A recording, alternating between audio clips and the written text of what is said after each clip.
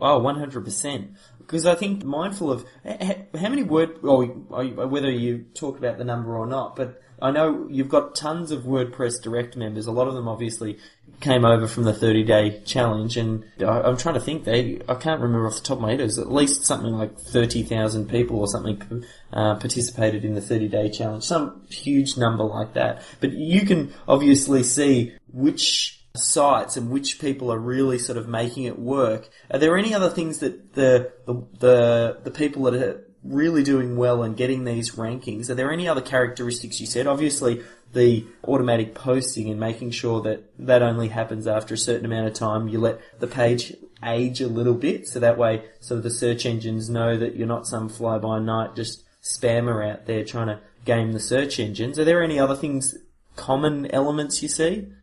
Well, that's a tricky question. I actually don't look into the accounts of the users, so I pretty much, the ones that I know are successful is because they contact me, and generally I also know they're successful because they have gold or platinum accounts, and so they're running 100 sites. So yeah. In general, I would say that the people who are the most successful are the ones who are the most organized. Yeah. And they approach a market specifically by trying to figure out what their keyword strategy is going to be, what their laterals are, testing it by both getting some organic and paying for traffic, and then just figuring out over time where they're going to invest their energy so that over time they just keep increasing the value of the site network that they've built up in a market. And those are the most successful people.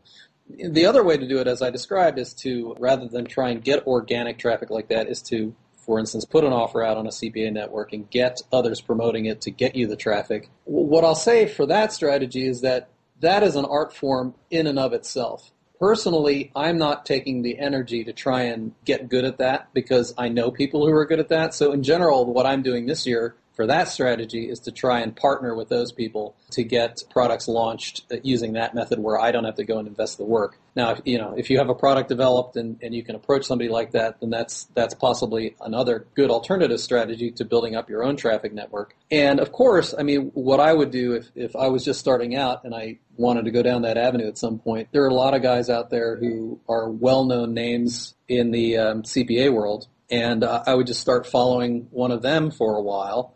And they many oftentimes will start looking for partnerships that they can promote because that's their strength, and you can end up becoming their partner and combining forces with some of those folks. So that's almost, you have to grow into that strategy. So if you're just starting out, the best thing to do is what you're describing. Start with setting up, just attacking a market, being organized, figuring out your keyword strategy, getting some content written, hiring some outsourcers so you don't have to do it all yourself. And of course, these outsourcers don't have to be expensive. You can find these things. We're talking in the hundreds of dollars rather than the thousands of dollars. So you can offload a bunch of this rather repetitive work so that you don't have to do all of it, because really you don't want to do all of it. And then once you've got a base of traffic generation and you understand how to do that, that the next thing to do is to move into the most typical advertising venues so that you understand those, the banner ads, the AdWords,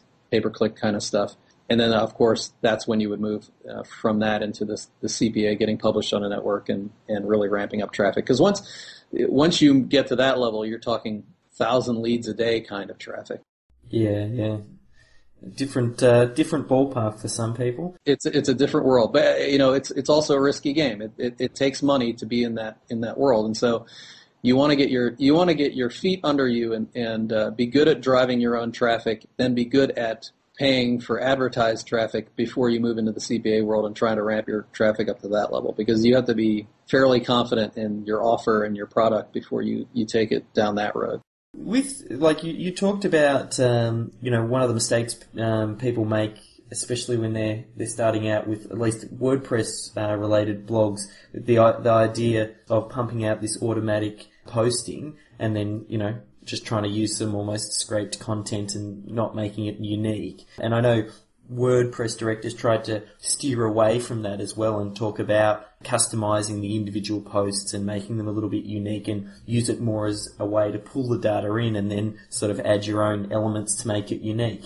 That's, I suppose, very WordPress direct specific. If we think in terms of, you see a lot of new people getting started online, where do you see people going wrong as far as getting online and where it is people are getting stuck? Boy, that's a tough one. I mean, there are as many ways to get stuck as there are things that you could learn on the internet, which is almost the thing, right? I think in general it's just a lack of focus. You know, you get caught up in getting emails from lots of people and getting lots of offers made to you, and really it's all a matter of sitting down and focusing on what it is you're trying to achieve. Certainly one of the reasons I love the 30-day challenge and was happy to be associated with is that it focuses you on testing a market so that you can figure out what the market wants as opposed to just making some random idea of what you want as a product. I think the number one mistake would be not starting by testing a market.